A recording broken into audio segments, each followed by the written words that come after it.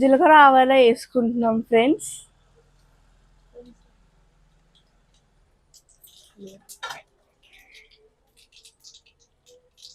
ఇప్పుడు ఆనియన్స్ వేసుకోవాలి.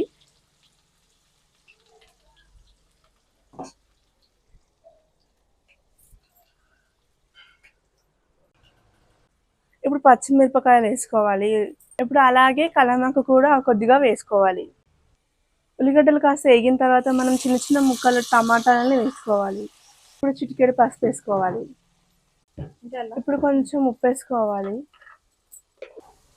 ఒక కప్పులో చింతపండు నీళ్ళు కొన్ని పోసుకోవాలి.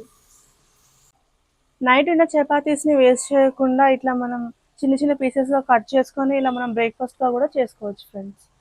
చపాతీ ఉప్మాగా కూడా మంచిగా చేసుకోవచ్చు, టేస్టీగా ఉంటుంది. ఇప్పుడు ఆ చపాతీ అంతా కూడా మంచిగా మిక్స్ అయ్యేలా కలుపుకుంటూ ఉండాలి. ప్రజెంట్ అయితే మాది ఇక్కడ వరకు ప్రిపరేషన్ అంతా అయిపోయింది. ఇప్పుడు సర్వ్ చేసుకోవడం ఒకటే ఉంది. ఇప్పుడు మనం ప్లేట్లోకి సర్వ్ చేసుకోవాలి.